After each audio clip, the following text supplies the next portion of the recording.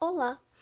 O grupo é composto pela Ana Shiroma, David Seo, Gabriel Katakura, Leila Nami, Lucas Barradas, Mariana Akemi, Pedro Bandeira, Pedro Souza e Tarik Kiswani, e nós vamos apresentar sobre as nanocápsulas de lipossomas para entrega de fármacos. Na apresentação de hoje, nós vamos falar sobre as definições básicas, o sistema de entrega de fármacos, o que são os lipossomas e o que eles têm a ver com a vacina Pfizer. Definições básicas. Começando pela forma farmacêutica, é o estado final em que o fármaco se encontra na hora de seu consumo, para facilitar a sua administração e para ter melhor proveito dos seus efeitos. Um exemplo disso seria o xarope, onde uma criança sofreria muito menos para tomar uma dose de xarope do que para engolir um comprimido amargo. Aprofundando um pouquinho mais nesse assunto, há também as formas farmacêuticas de liberação modificada, onde eles são especialmente desenvolvidos para possibilitar o melhor aproveitamento do fármaco. Agora, sobre a liberação modificada, nós podemos citar a liberação imediata, onde a partir do momento que o medicamento é administrado, o fármaco é liberado e não há controle nenhum da velocidade de liberação dessa dose.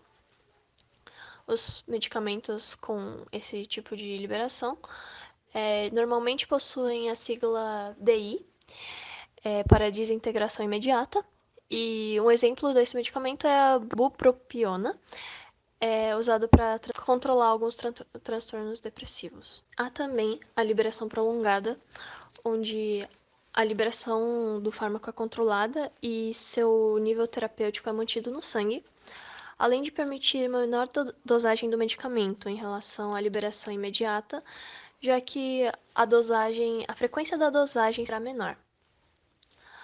Alguns medicamentos com esse tipo de liberação podem ser encontrados com as siglas LP, liberação prolongada, SRO, Sustained Release Oral, Orals, Osmotic Release Oral System, e HBS, Hydrodynamically Balanced System.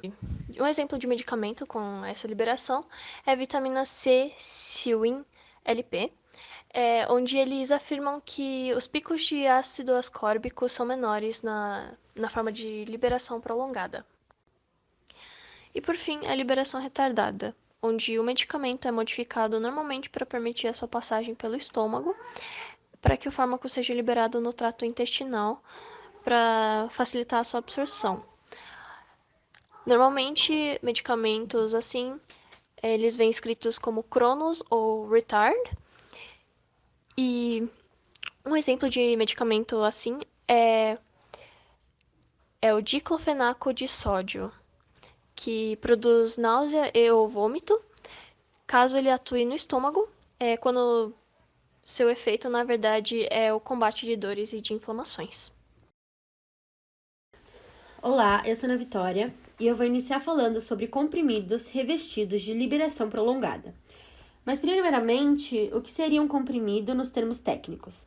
Segundo a Anvisa, comprimido é uma forma farmacêutica sólida que contém uma dose de princípios ativos, obtidos majoritariamente através de compressão.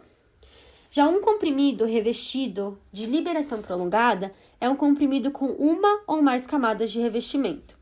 Eles têm o intuito de proteger o fármaco de fatores do ambiente, alterar a velocidade de liberação do princípio ativo ou até mesmo melhorar a aparência do fármaco.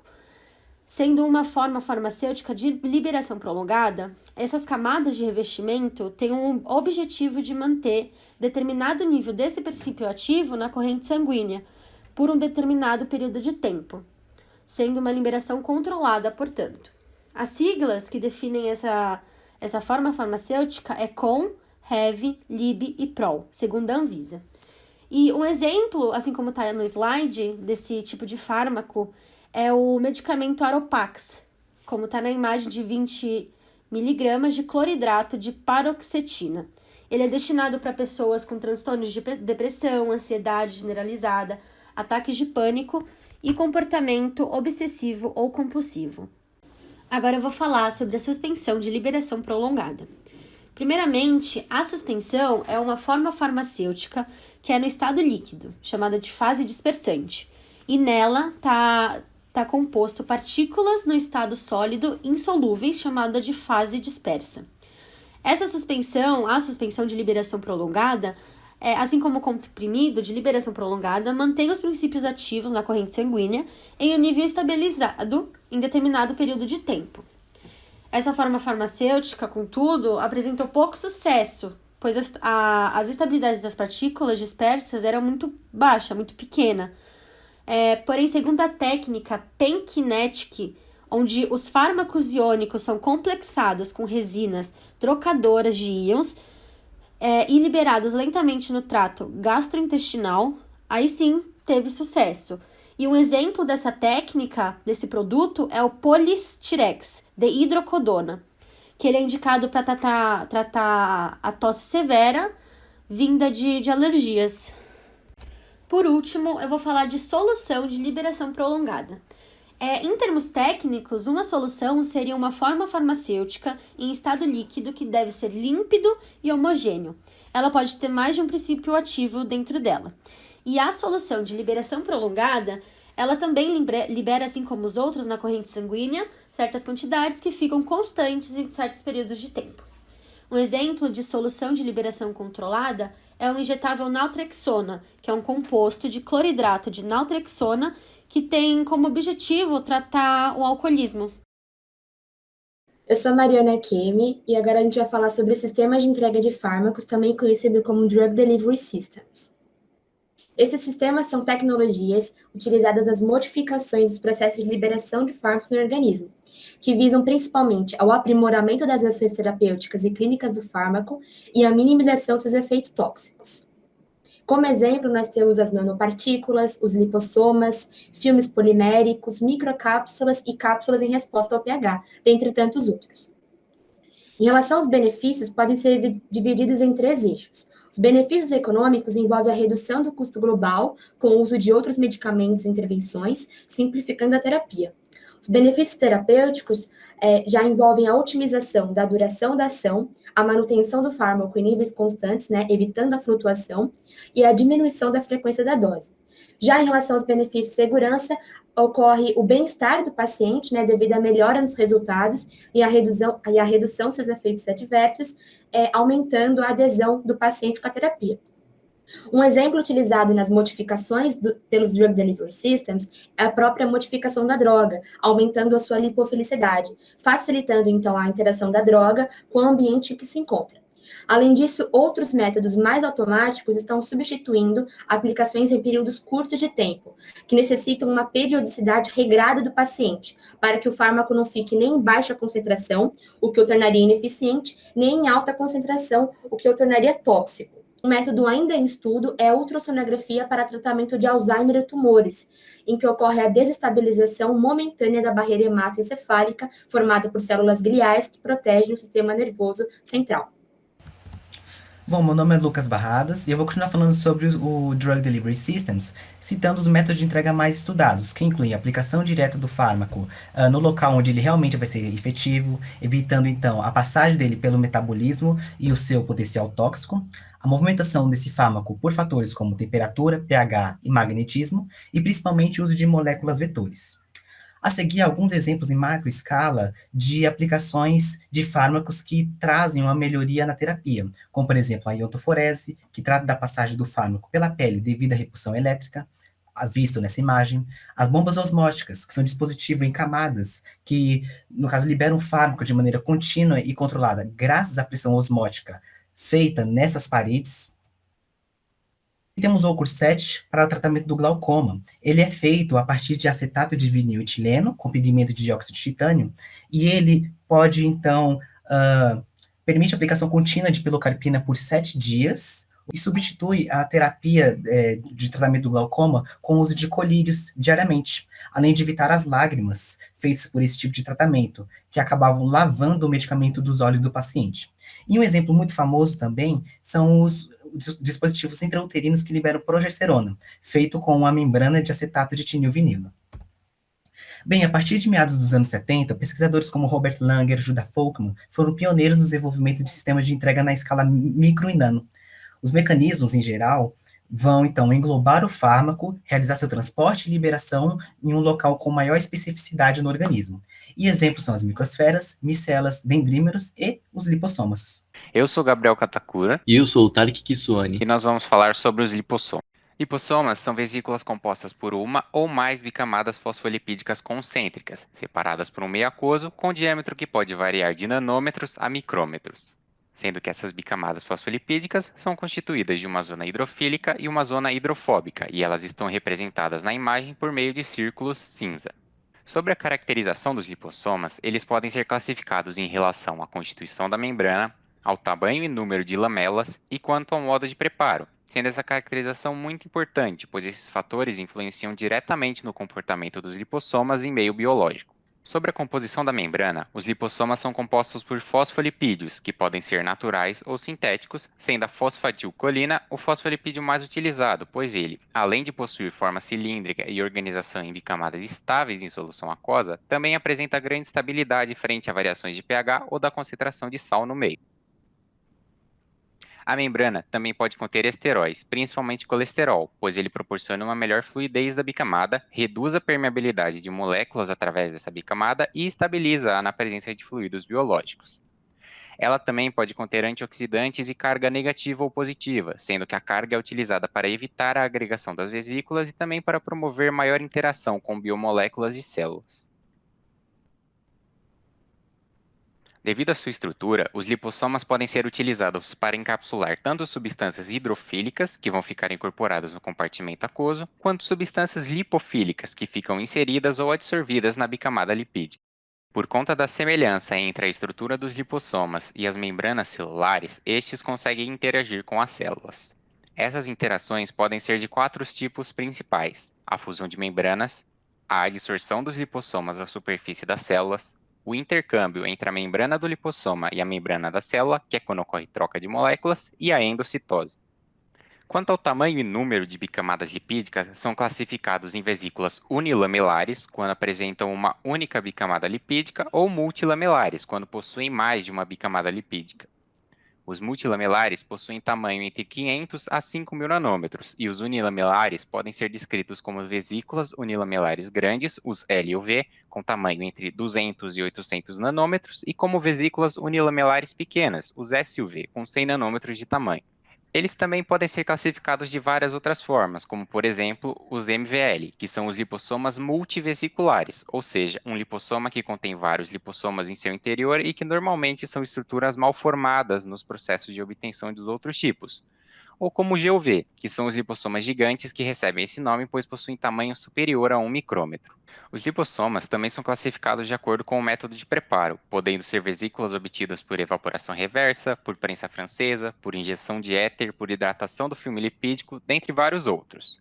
Mas, na maioria dos métodos de preparo, se utiliza a preparação clássica, que é a hidratação do filme lipídico.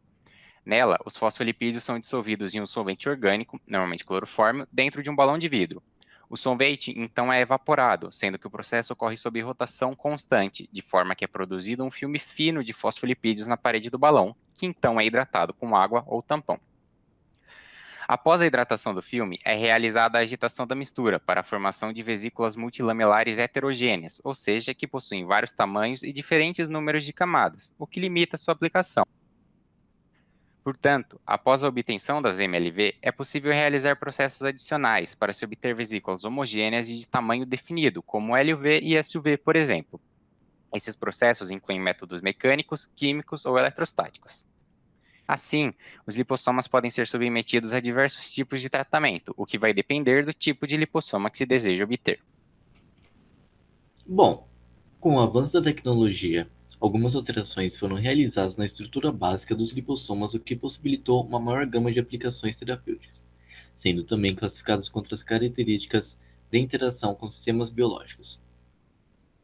O primeiro tipo são os lipossomas convencionais, que têm uma composição de fosfolipídios e colesterol que contém um lipídio de carga negativa ou positiva, para evitar sua agregação com a vesícula. Os lipossomas convencionais são facilmente reconhecidos e fagocitados pelo sistema fagocitário mononuclear, o que faz com que seja rapidamente retirado da circulação do corpo. O segundo tipo são os lipossomas de longa circulação, que podem ser obtidos de várias maneiras, como revestimento com componentes hidrofílicos naturais ou sintéticos. Essa camada hidrofílica impede que o lipossoma seja facilmente reconhecido pelo sistema fagocitário mononuclear, elevando seu tempo de vida no corpo. O terceiro tipo são os lipossomas de sítio específico. Foram desenvolvidos com o principal propósito de aumentar a efetividade da liberação do fármaco no sítio-alvo desejado. Podem ser subdivididos em imunolipossomas, lipossomas com carreadores de proteínas e peptídeos e virossomas. Os imunolipossomas são lipossomas formados com o objetivo de aumentar a quantidade de fármaco acumulado nas células e tecidos-alvo. As imunoglobulinas são os ligandes mais utilizados. Os lipossomas, como carreadores de proteínas e peptídeos, como definido no nome, possuem compostos proteicos biologicamente ativos como enzimas, hormônios e citocinas. Os virossomas possuem hemaglutinina em sua camada lipídica. Essa hemaglutinina age ligando seu ácido siálico nas membranas da célula. Com essa ligação, a hemaglutinina se funde com a membrana da célula. Esse processo impulsiona o efeito de vacinas encapsuladas. O quarto tipo são os lipossomas polimórficos, que são aqueles que têm uma estrutura mais reativa e sensível à mudança de pH, temperatura ou carga eletrostática. Os tipos de lipossomas polimórficos podem ser subdivididos em lipossomas sensíveis ao pH, lipossomas termossensíveis e lipossomas catiônicos. Os lipossomas sensíveis ao pH têm como principal alvo células cancerígenas, já que o tecido intersticial dessas células tem um pH levemente reduzido quando comparado ao pH fisiológico normal. Os lipossomas termossensíveis, formados por misturas de lipídios sintéticos, são utilizados principalmente em células tumorais pelo fato dessas células terem uma temperatura maior que a temperatura fisiológica do corpo. Já os lipossomas catiônicos possuem uma camada catiônica em sua superfície e são utilizados principalmente para a liberação de ácidos nucleicos dentro da célula. Então, por que os lipossomas são utilizados? Os lipossomas são um ótimo sistema de liberação de fármaco, pois apresentam baixa toxicidade, elevada biocompatibilidade, são biodegradáveis, não imunogênicos, ou seja, não estimulam a resposta imune ao entrar em contato com o organismo, protegem a substância ativa da diluição e degradação na corrente sanguínea, conseguem liberar substância ativa em células ou mesmo em compartimentos celulares individuais e são capazes de encapsular tanto substâncias hidrofílicas quanto lipofílicas. Agora, vou falar algumas aplicações terapêuticas dos lipossomas. Uma delas é o tratamento de cânceres. A utilização de fármacos que destroem as células cancerígenas é o método mais utilizado no combate ao câncer. Entretanto, esses mesmos fármacos acabam destruindo células saudáveis, já que ambas têm muita semelhança e acabam causando sérios efeitos colaterais, em alguns casos, resistência ao tratamento. Sabendo disso, os lipossomas podem ser efetivos no tratamento dessa doença, já carregam consigo os fármacos necessários para o combate de câncer e são liberados apenas nas células cancerígenas, evitando assim a toxicidade para outras células. Os lipossomas também são utilizados no desenvolvimento de vacinas, sendo propostos como veículo de liberação de antígenos em razão da sua utilidade como adjuvante imunológico, que são compostos que induzem o antígeno a produzir uma resposta imune de maneira mais rápida, maior e mais duradoura, apresentando vantagens com sua fácil preparação, baixa toxicidade, biocompatibilidade, biodegradabilidade, assim como a liberação lenta de antígenos encapsulados. Eu sou o Pedro Henrique e agora a gente vai falar um pouco sobre o encapsulamento de RNA em lipossomas para a fabricação de vacinas. Primeiramente, a gente vai citar algumas vantagens no uso de lipossomas para o desenvolvimento de vacinas. E, primeiro de tudo, a fácil preparação desse sistema de lipossomas. É relativamente fácil você fazer um preparado com lipossomas em um laboratório, em uma indústria, e é um preparo que envolve baixa toxicidade. Eles também são biocompatíveis com as membranas das nossas células e biodegradáveis, o que reduz o impacto ambiental desses lipossomas. Outra vantagem é a liberação lenta de antígenos ou fármacos que estão encapsulados, e eles também protegem o conteúdo encapsulado contra a degradação. Agora, sobre as vacinas de RNA, primeiro, elas são diferentes das vacinas convencionais porque elas não utilizam formas atenuadas do patógeno. Elas utilizam um pedaço do RNA mensageiro do agente patogênico que produz uma certa proteína desse agente. E por isso, o nosso organismo, quando traduz o RNA e produz essa proteína, o sistema imunológico consegue produzir uma resposta imune contra essa proteína e o nosso organismo não é contaminado com o antígeno, mesmo atenuado. Entretanto, o RNA mensageiro que não está encapsulado é degradado por enzimas RNases extracelulares quase instantaneamente e são moléculas instáveis. Ao estar na corrente sanguínea, os fragmentos de RNA poderiam rapidamente ser degradados. O lipossoma protege o RNA do meio externo.